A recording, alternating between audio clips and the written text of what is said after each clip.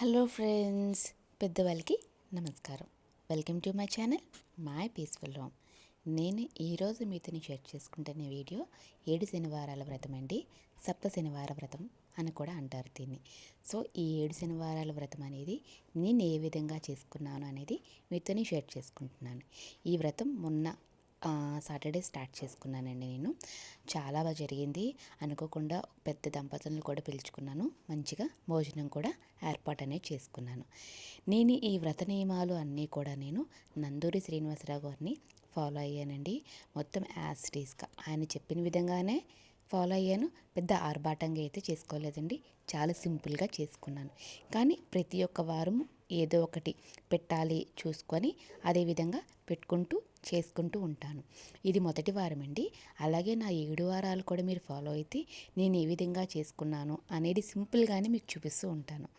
నేను ఈ 7 వారాల్లో ఫస్ట్గా మనం కోరిక అనేది చేసుకునేటప్పుడు మట్టుగా ఖచ్చితంగా అది మొక్కుకొని అది ముడుపుగా మనం కట్టుకొని ఆ ముడుపుని మన స్వామివారి దగ్గర పెట్టుకొని మనం పూజ అనేది చేసుకోవాలి.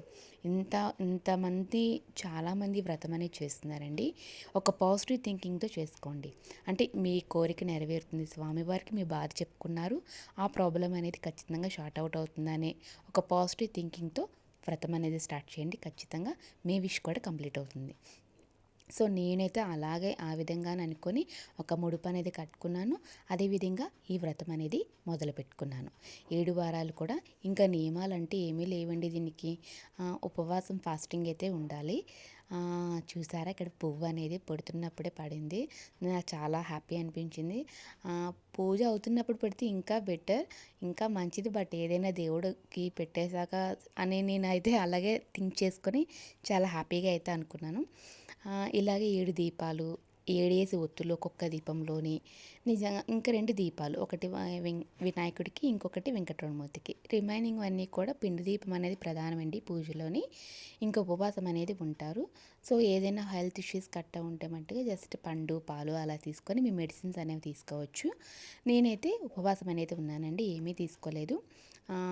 జస్ట్ కళ్ళు తిరిగినట్టు ఏమైనా అనిపించినా మీకు అంటే నేను ఆ రోజు ఏం చేశాను అంటే కొబ్బరి బండం అనేది తీసుకున్నానండి. కోకోనట్ వాటర్ అయితే తాగాను నేను.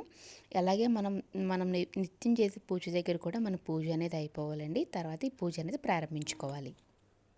ఇంకా మీకు డీటెయిల్గా కావాలంటే ఇంకొక వీడియోలో నెక్స్ట్ వారంలో చెప్తానండి. మళ్ళీ నెక్స్ట్ వారం కలుద్దాము. Okay, until then bye, stay in tune my peaceful home.